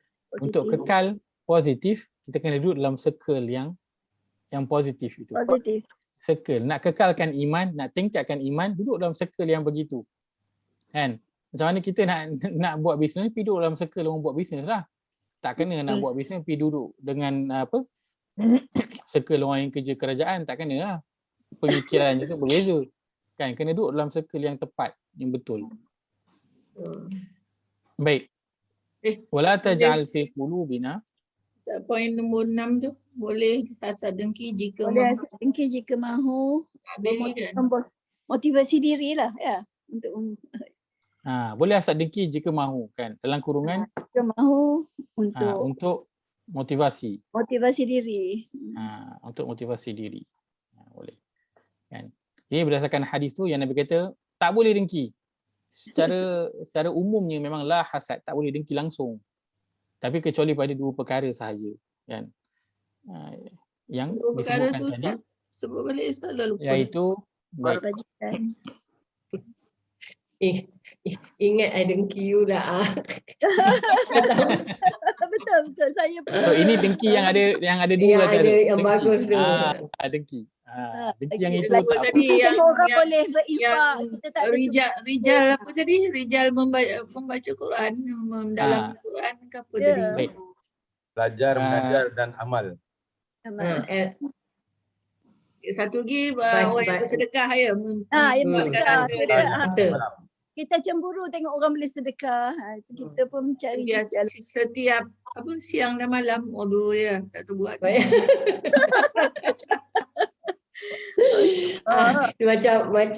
Macam Abdullah lah, ada harta je bagi.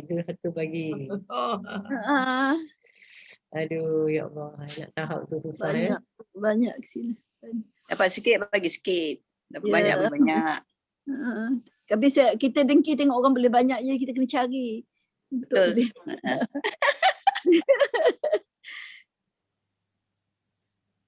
Tidak boleh dengki kecuali dua perkara.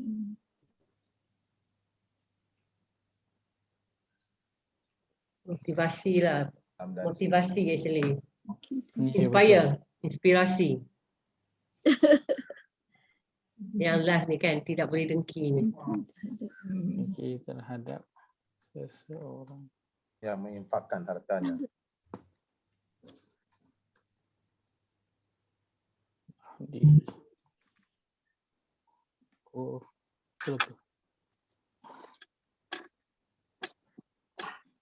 Niakan harta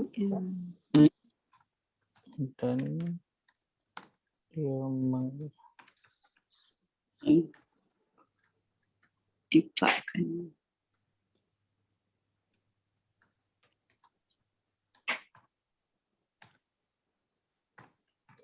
Sepanjang malam dan siang ni maksudnya inilah setiap waktu. Malam dan siang, tak kira masa.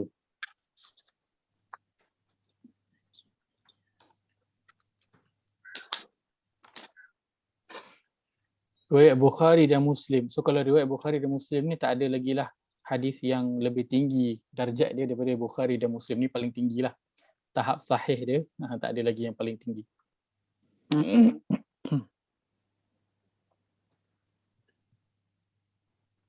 Yaqumu bihi ni, maksud dia mendirikannya, itu termasuk dalam semua aspek apa sahaja yang termasuk dalam mendirikan Al-Quran. Dia baca, dia belajar baca, dia mengajarkan, dia mengamalkan, dia sebarkan, dia share dekat WhatsApp, dia share dekat Facebook, apa sahaja, maka itu semua termasuk dalam mendirikan.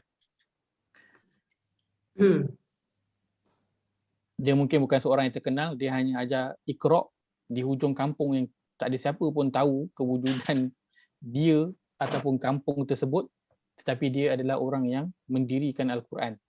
Tapi dia dikenal, Allah tahu kerana amalan dia tersebut. Baik, ini dua golongan manusia yang kita boleh dengki, iaitu orang yang Allah berikan kepada dia kenikmatan Al-Quran dan juga harta, lalu dia gunakan pada cara yang sepatutnya.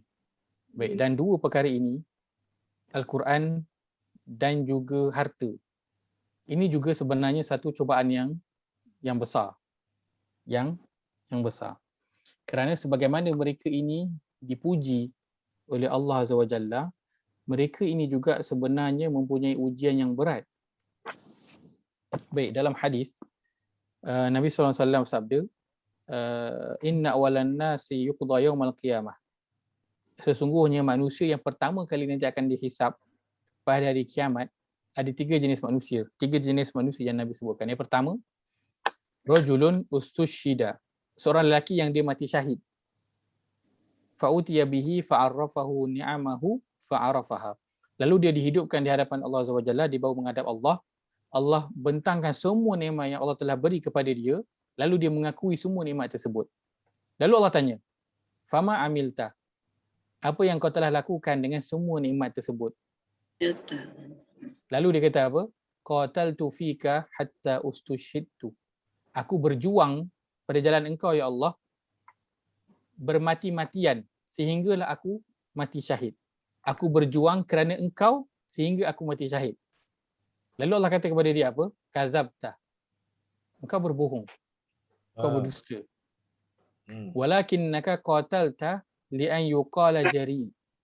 Faqad qila. Akan tapi engkau berjuang untuk agama ini sehinggalah engkau mati syahid kerana engkau nak digelar sebagai seorang yang berani.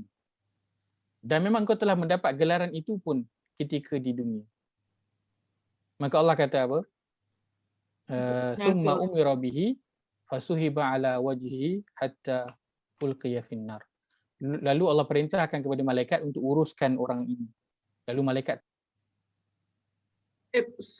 Sorry Ustaz. Sorry Ustaz. Okey baik. Lalu Allah minta malaikat menguruskan orang ini. Lalu malaikat menyeret orang ini dengan mukanya tertelangkup ke tanah, terseret mukanya, lalu dia dilemparkan ke dalam neraka. Masya-Allah. Kemudian Nabi kata warajulun, dan seorang lelaki lagi. Ta'allamal ilma wa 'allamahu wa qara'al Quran. Seorang lelaki yang dia belajar ilmu agama dan dia mengajarkannya dan dia membaca Al-Quran. Fa'utiya bihi fa'arrafahu ni'amahu fa'arafaha. Didatangkan dia di hadapan Allah, Allah bentangkan nikmat yang Allah telah berikan kepada dia dan dia mengakui nikmat-nikmat tersebut. Lalu Allah tanya, fama amilta? Apa yang kau telah lakukan dengan nikmat-nikmat itu?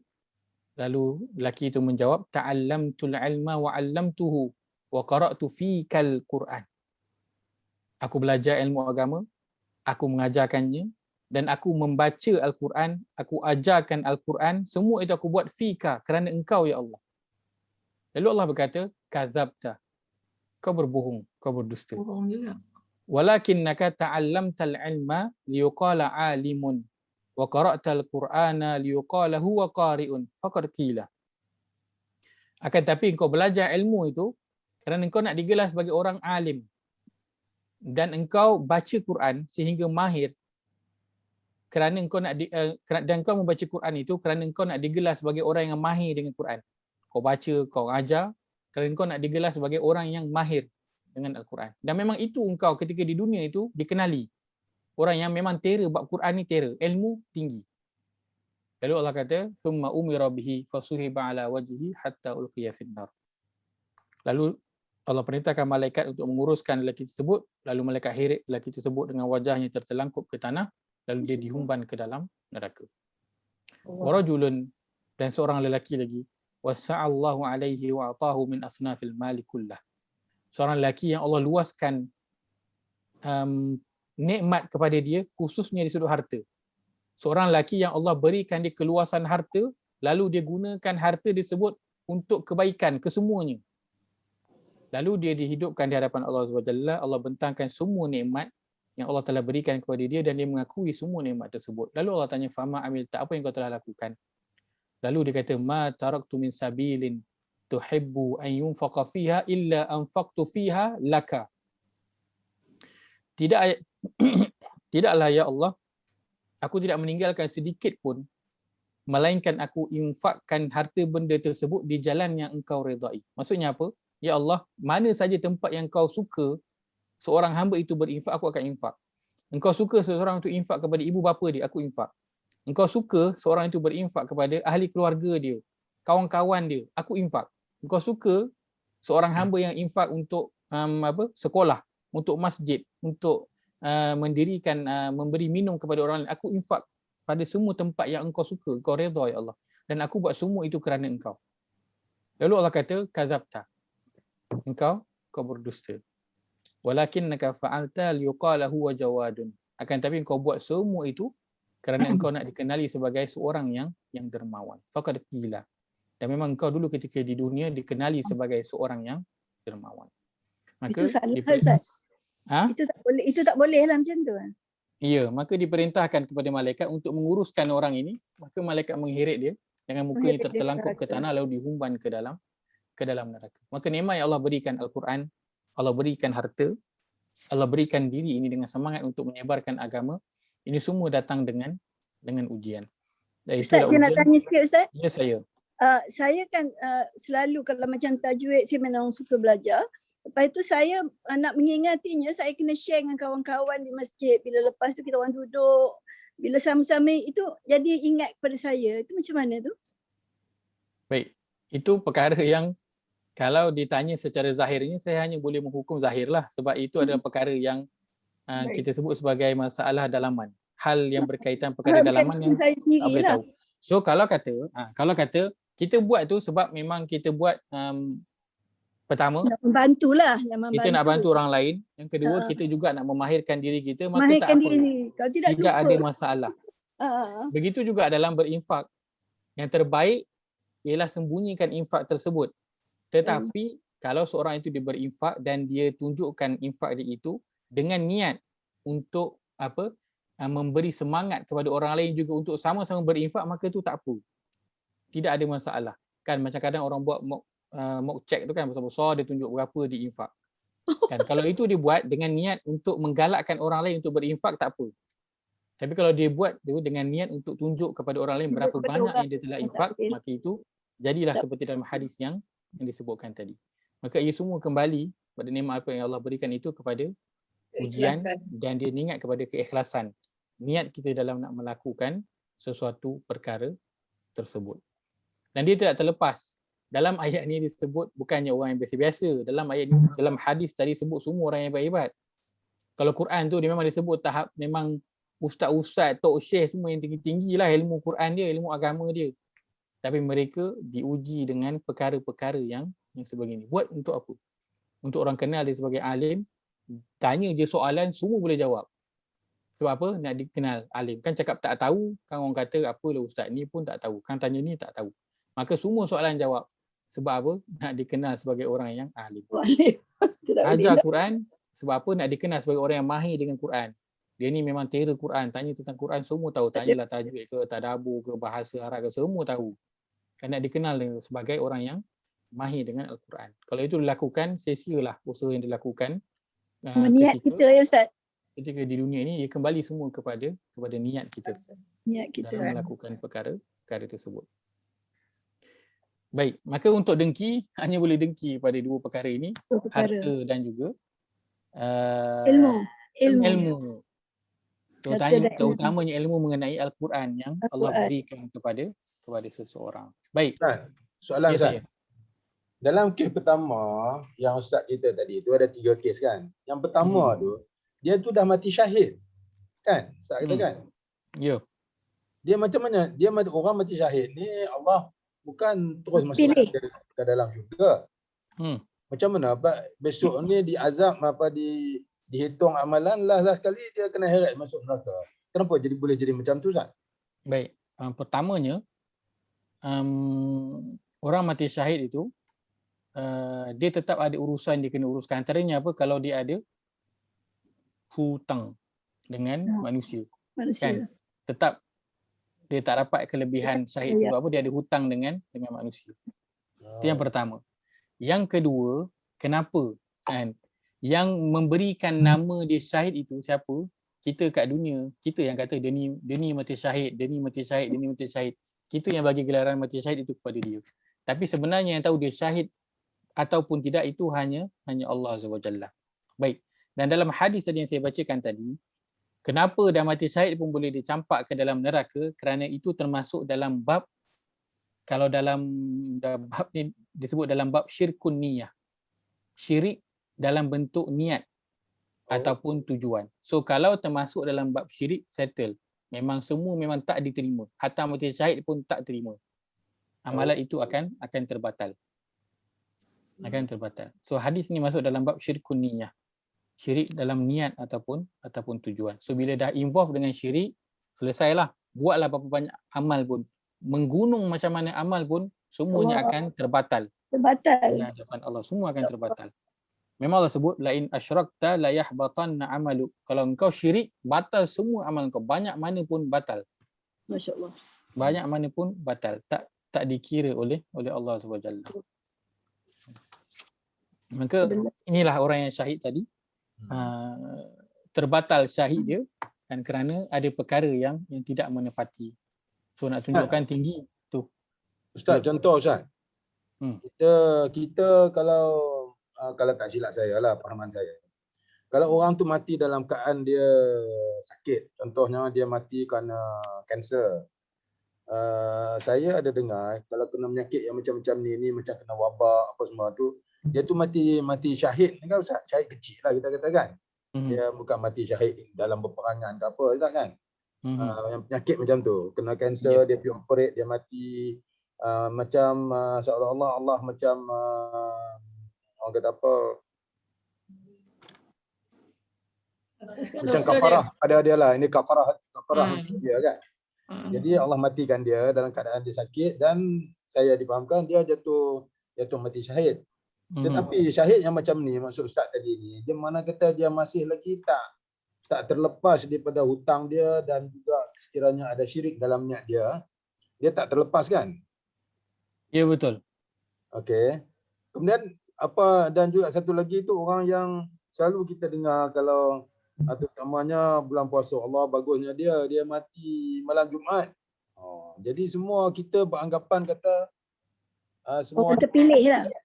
Terpilih, orang yang Allah ampun dosa dia, Allah bagi kat dia kita duk tengok dia di syurga dah tu. Salah lagi anggapan tu Ustaz. Kita mendoakan saja kan. Ustaz, sound Ustaz. Dia PDPR ni kadang mencabar sikit kan, bila dengar soalan saya tak bercakap saya kena mute sebab kadang anak saya buka pintu bilik lah. Dia check kan, anak saya kecil sikit dia suka check. Dia check abang dia dah habis kelas belum, kan masuk bilik kakak dah habis kelas belum, kadang masuk saya punya bilik dah habis kelas belum, semua dia check dah habis kelas ke. Tadi dia masuk dah habis kelas ke. Baik. Ya betul aja yang cakap tadi, memang ada mati syahid, kita sebut sebagai mati syahid kecil kan, orang yang mati lemas, mati terbakar, mati wabak taun, itu semua termasuk dalam 5 golongan yang disebut sebagai mati syahid. Dan juga orang yang mati pada malam Jumaat, dan ada orang kita sebut sebagai mati baik lah kan, mati baik itu semua ada, betul, ada, semua itu ada. Tapi akhirnya nanti yang benar-benar tahu semuanya nanti adalah Allah SWT. Dia mati baik, betul. Itu adalah salah satu tanda mati baik dan mungkin syurga. Tapi kita tak boleh pasti cakap dia ni confirm syurga. Itu memang kita tak boleh cakap. Sebagaimana kita tak boleh cakap yang dia ni confirm neraka. Tak boleh cakap. Tak boleh cakap. Itu semua tu kembali kepada Allah SWT. Hadis ini nak beri kita gambaran apa? Supaya sentiasa berhati-hati. Jangan syok sendiri. Kerana perasaan syok sendiri ini yang membuatkan apa? Iblis rasa lagi hebat daripada Adam. Rasa syok sendiri tu. Masya Allah. Sebab tu hadis ini nak ingatkan perkara tersebut. Jangan kita rasa kita dah duduk berjuang kan, berperang contohnya lah, berperang dalam agama, berjuang untuk agama, menginfak, mewakafkan diri untuk agama, kita rasa okey dah, aku ni memang insya-Allah syurga lah. Tak. Kerana tetap juga nanti ada bahagian-bahagian yang habis semua apa yang usaha dilakukan sepanjang hidup tu terbatal. Maka semuanya kembali kepada Allah SWT. Bagaimana yang kita pernah sebutkan mengenai syafaat kan? Mengenai syafaat. Kita kata betul, Nabi ada syafaat, orang beriman boleh bagi syafaat, malaikat boleh bagi syafaat, Al-Quran boleh bagi syafaat. Itu semua boleh bagi syafaat. Tapi akhirnya nanti apa dia? Bila ke akhirat nanti? Allah izinkan ke tidak? Rahmat. Allahu la ilaha illa wal hayyul qayyum la ta'khudhuhu sinatun wa la naum lahu ma fis samawati wa ma fil ard man dzalladzi yashfa'u indahu illa bi'idznih. Semua boleh bagi syafaat, confirm dia boleh bagi syafaat, tapi tetap juga apa, tak ada siapa yang boleh bagi syafaat kecuali dengan nanti keizinan daripada Allah SWT. Allah SWT. Kita dah Nabi, orang beriman, malaikat confirm boleh bagi syafaat, Al-Quran boleh bagi syafaat. Tapi semua nanti akhirnya bergantung izin Allah. Allah izin ke tak? Allah izin, jalan. Nak tunjukkan apa? Nak tunjukkan apa? Allah bukan nak bagi tahu yang Allah ni buruk siku. Tak. Allah nak bagi tahu semua yang nanti kembali kepada Allah SWT. Semua kembali kepada Allah SWT yang pembuat keputusan. Yang pembuat keputusan. Syahid jalan dia dah tahu, syurga tak dihisap, tapi semua yang nanti kembali kepada Allah SWT macam mana. So jangan terlebih rasa excited dengan kebaikan yang kita buat tu. Kan, sebab tu para sahabat habis bulan Ramadan, berapa bulan dia doa supaya amalan tu diminta dimakbulkan? 6 bulan. 6 bulan lepas Ramadan dipenuhkan untuk Rabbana taqabbal minna, Allahumma taqabbal minna, supaya Allah terima amal dia bulan Ramadan. Masya-Allah. Bukan dia syok sedih, okey alhamdulillah aku bulan puasa tu 10 malam terakhir tak tinggal. InsyaAllah confirm lah kalau 10 malam terakhir tak tinggal tu confirm Lailatul Qadar lah. So dah 83 tahun, campur 83 tahun tahun lepas lagi. Panjang dah umur aku ni. Campur aku baca Quran, aku infak setiap hari bagi orang makan puasa. Tak. Dia keluar Ramadan dengan dia berharap Allah terima. Walaupun amal tu memang Allah buat dan memang Allah kata dia akan terima, tapi tetap dia berharap Allah akan terima. So akhirnya dia semua kembali kepada Allah SWT. Sebagaimana Nabi Ibrahim. Tak Ustaz, nak minta Ustaz ulang Ustaz tadi yang 5 tanda mati baik itu Ustaz, yang malam Jumaat, yang sakit, mati sakit apa semua tu. Baik. Tanda-tanda. Dalam majlis ilmu, mati tengah dalam majlis ilmu. Banyak lagi. Dalam majlis, banyak lah. Baik. Dalam hadis ini hadis riwayat Bukhari dan juga Muslim. Ini hadis Nabi katakan orang yang mati syahid itu ada 5. Iaitu pertama, orang yang mati kerana ta'un. Yang kedua, orang yang mati kerana menderita sakit di perut. Yang ketiga, orang yang mati lemas. Yang keempat, orang yang mati dalam runtuhan. Yang kelima, orang yang mati syahid.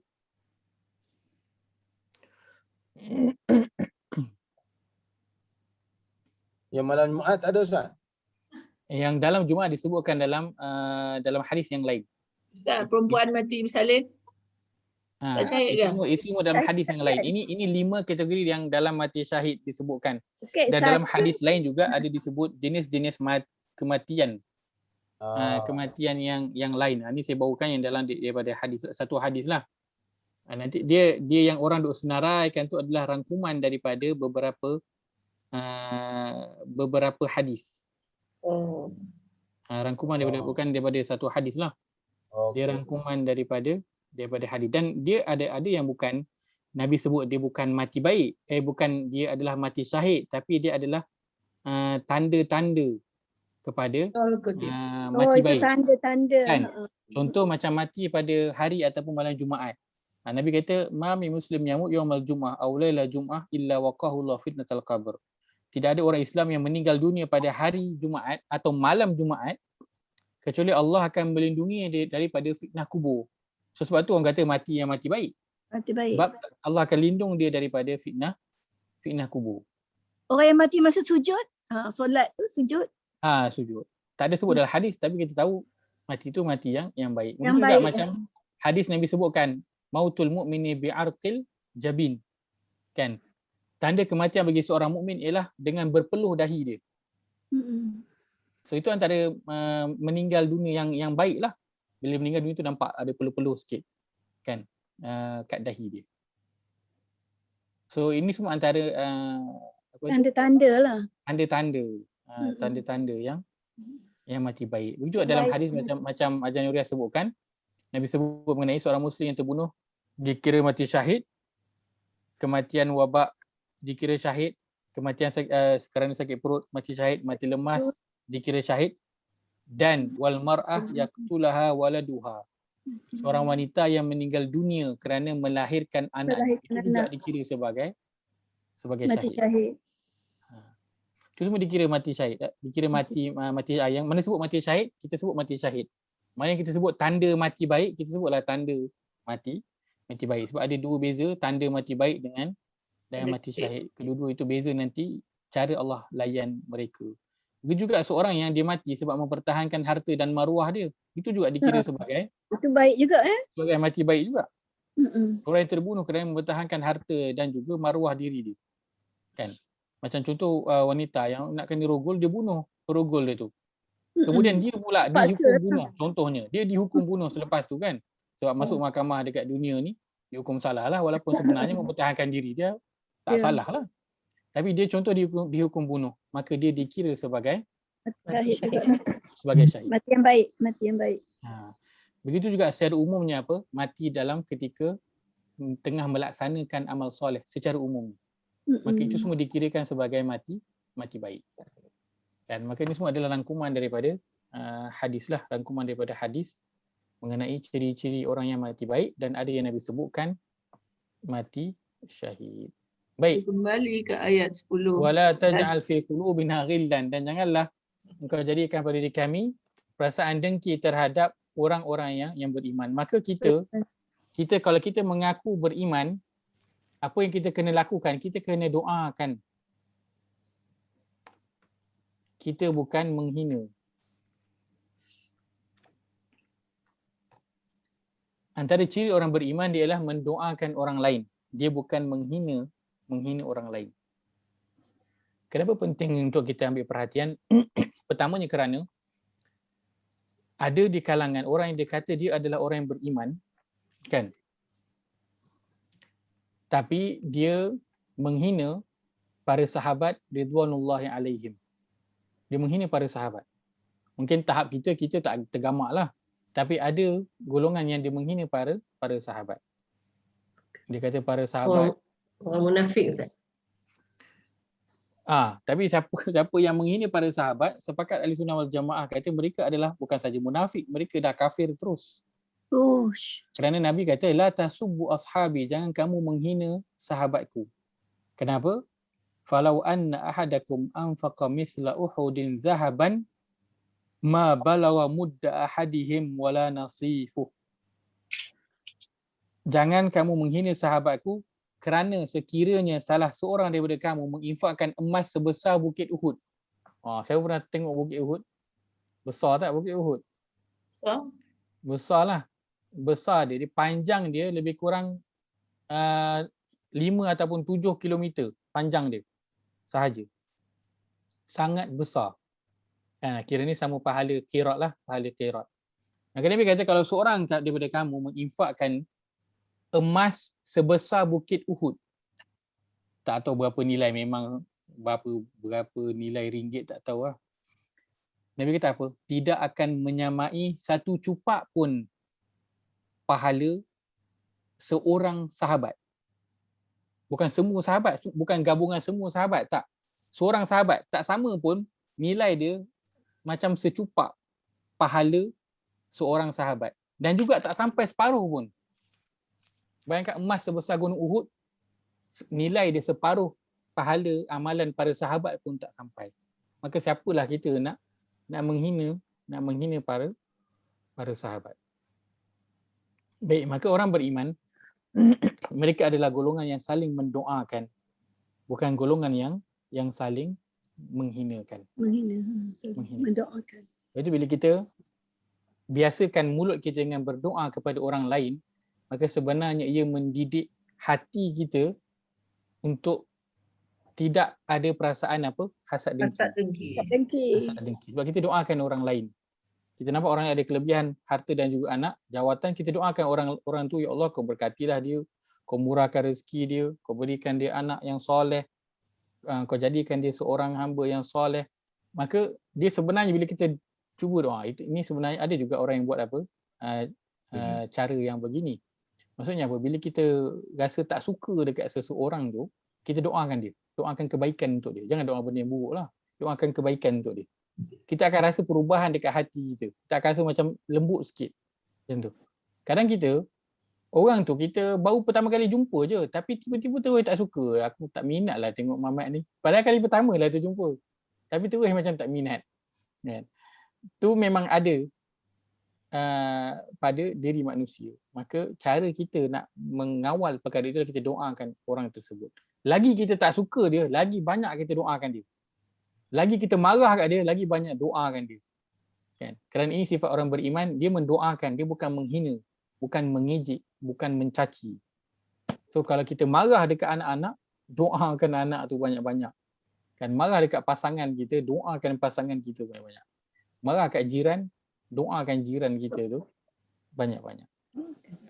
Kerana ini menjadi tanda kita nak jaga hati kita dan nak menjadi tanda sebagai tanda orang yang beriman itu mereka sentiasa mendoakan orang lain, mereka bukan menghina, mencaci, memarahi orang lain. Baik.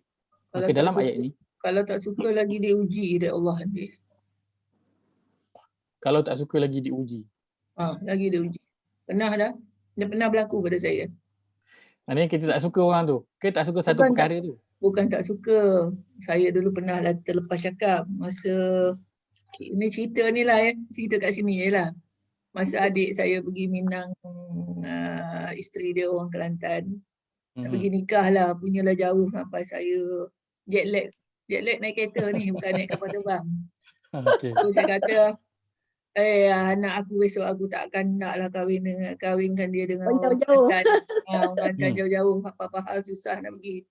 Kali Allah bagi dengan orang Kelantan betul. Saya ni dah terlepas cakap ni dulu. Allah uji saya. Allah uji. Ayahnya nak terima ni macam mana? Alah, terima lah, okey lah. Tak ada masalah. Itulah jodoh. Uji, Allah uji. Ya betul. Allah uji kita dengan perkara yang kita tak suka. Dan Allah uji dengan perkara yang kita suka. Dua-dua tu. Kita suka satu perkara tu, Allah akan tarik, Allah tak bagi. Kita tak suka, Allah akan bagi. Allah akan dekatkan dengan kita. Begitulah. Maka banyak-banyak akan berdoa. Kan? Jangan terlepas cakap. Nak terlepas cakap tu tukar dia kepada doa. Ya Allah bagilah apa yang terbaik untuk anak-anak aku. Tak doa lah dulu. Ya Allah janganlah bagi orang Kelantan. Tak ada pula doa tu. Nampak jauh sangat nak pergi ya. Nampak jauh. Ya betul. Bukan tak suka orang dia, tempat kedudukan tu. Kalau emergency. Sanggup lah anak nak balik malam tu tengok. Saya senang. Menantu je. saya jiran-jiran dekat-dekat je. Jauh. Saya mengakui jauh tu. Saya pun kalau nak ajak pergi jalan Kelantan, saya kata tak apalah dulu, jalan dulu. Tak cukup kuat nak duduk dalam kereta. Baik. Maka sampai perbincangan ayat tadi, apa yang ada? Kita ada 3 golongan. Ada 3 golongan. So ayat 8 kita ada golongan muhajirin. Ayat 9 kita ada golongan ansar. Dan ayat 10 kita ada golongan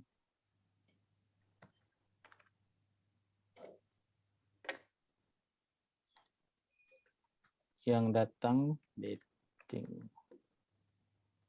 selepas itu. Baik, maka ada 3 golongan dalam 3 ayat ini, ayat 8, 9 dan juga 10. Baik, maka kita pilihlah kita nak jadi yang mana. So kita dah memang ada pada yang 10 ni yang datang selepas itu. Kita dah jadi. So sifat-sifat dia kita dah letakkan di sini. Sifat mereka mendoakan orang lain, dia cakna dengan sekeliling, dia berusaha kepada iman, dia jauhi hasad dengki, dia sentiasa berkasih sayang, serta mendoakan orang lain bukan menghina. Dan kita nak upgrade diri kita, kan? Kita tak berpuas hati dengan tahap itu, kita nak upgrade. Kita pilih nak buat macam muhajirin, nak buat macam ansar, ataupun kita nak buat macam muhajirin. Kan? Sebab kita akui dengan kelemahan diri kita, kita memang tak boleh berpada dengan apa yang kita amalkan sekarang. Memang kita kena tingkatkan tahap sampai ke tahap ansar ataupun muhajirin. Kenapa? Kerana mereka itu mentor kita, benchmark kita. Allah redha kepada mereka, kita pun nak Allah redha kepada kita, maka kita ambil contoh mereka muhajirin dan juga ansar. Maka kalau kita tak sempat nak belajar semua sifat muhajirin dan juga ansar, ayat 8 dan ayat 9 dah menggariskan beberapa kriteria utama mereka, maka kita usahakan untuk menjadi seperti Muhajirin dan juga Ansar. Baik. Antara Muhajirin dan Ansar tu yang mana yang paling bagus, Ustaz? Oh, Muhajirin lah. Muhajirin. The best. Ansar. The best. Ansar. Muhajirin. Ansar kan? Pada mata Allah, Muhajirin kan Ustaz kan? Dia punya peringkat dia. Dia memang dah masuk syurga. Tu. Oh, ya ke? Muhajirin ni saya punya logik lah. Dia Nabi tak famous lagi sih. Nabi tak Petong kata tak menang lagi, tapi dia korban jiwa dan raga. Dan raga dia untuk Nabi. Berhijrah. So kelas dia tinggi lagi lah. Dia ikut berhijrah lah. Dia kelas dia tinggi lagi. Dia Ansar ni Nabi dah berjaya dah. Betul tak Ustaz? Logik saya lah. Dia pendapat masing-masing lah. Kita boleh berselisih pendapat kan. Tidak ada masalah pada pandangan kita siapa yang baik. Ikhtilaf ulama. Ikhtilaf ulama siapa yang baik. Tapi secara umumnya Muhajirin dan Ansar kedua-duanya adalah generasi yang terbaik akan masuk syurga lepas daripada Nabi SAW. Dan kalau kita nak bezakan sikit, mereka ini mungkin siapa yang sebelum hijrah itu, sebelum pembukaan Mekah, mereka itu lebih baik daripada selepas pembukaan Mekah. Yang sebelum pembukaan Mekah lebih baik. Kerana Muhajirin betul kan, macam Azan sebutkan, memang mereka ini bersama dengan Nabi waktu mula-mula. So siapa yang waktu mula-mula ni memang melalui masa yang sangat mencabar lah, sangat mencabar.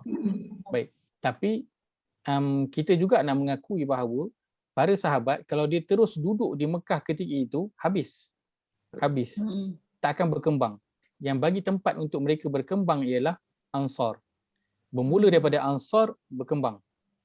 Kalaulah bukan kerana Ansar, Islam tak akan berkembang. Tak akan ada satu tempat pentadbiran negara sendiri kalau tak ada Ansar memberi tempat. Maka Ansar tak kurang juga hebat mereka. Kenapa? Kerana mereka memberi tempat kepada orang asing.